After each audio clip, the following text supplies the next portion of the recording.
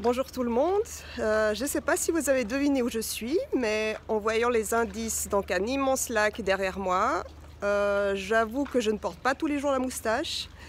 Donc je suis bel et bien à Montreux, la ville où a vécu Freddie Mercury. Et là j'ai rendez-vous avec Norbert Müller, un de ses plus grands fans. Donc il va nous parler de Queen, de Freddie et de son lien avec cette ville. Allons-y.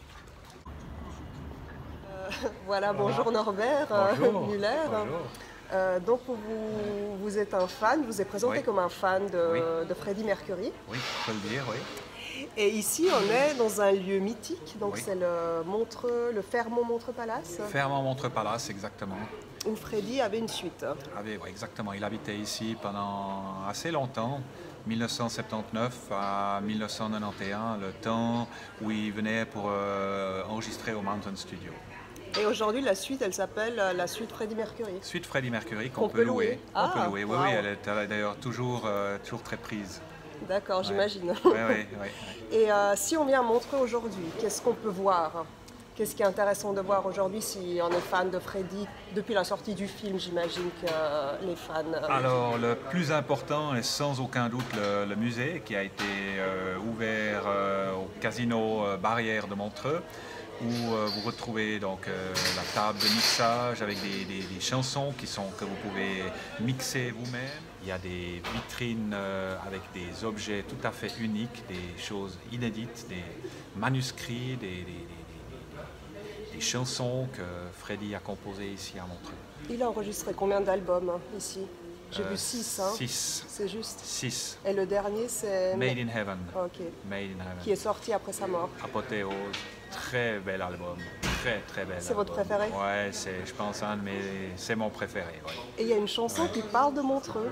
Exactement. C'est Winter's Tale. Winter's Tale, où il parle du bord du lac, des mouettes, des canards, de la vue qu'il voit depuis son appartement, en fait, qu'il avait à Territé.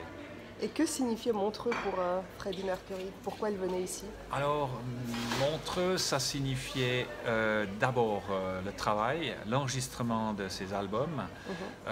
Comme c'était un perfectionniste, il voulait le meilleur studio, le meilleur ingénieur du son. Et le meilleur studio, c'était le Mountain Studio à Montreux. Le meilleur ingénieur du son, c'était David Richards. C'est pour ça qu'ils sont venus à Montreux, vraiment travail. Ensuite, plus tard dans sa vie, quand il était affecté par la maladie, il aimait bien Montreux, qu'il n'aimait pas d'abord au début parce que ça ne bougeait pas assez, mais vers la fin de sa vie, il aimait bien Montreux parce que justement c'était une ville très calme où on n'était pas embêté, où les artistes ne se faisaient pas harceler, etc.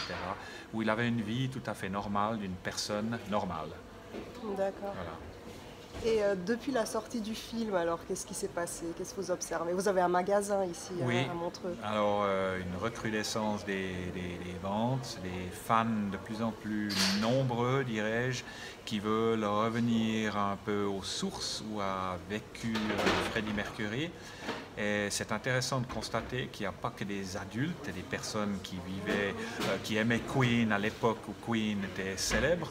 Ils sont toujours célèbres, mais disons, il y a beaucoup de jeunes maintenant qui aspirent à Queen et qui aiment Queen, qui découvrent Queen et qui n'ont jamais connu Queen, ni Freddie Mercury, qui ne l'ont jamais vu, mais qui aiment cette musique et puis qui le découvrent peut-être grâce, pas peut-être, certainement à cause du film.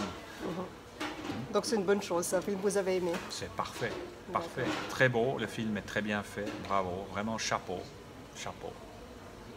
Bon, merci Norbert. De rien, Merci pour à la vous. visite De rien, aussi. de rien, avec plaisir. Et à bientôt. À bientôt. Au revoir. Au revoir.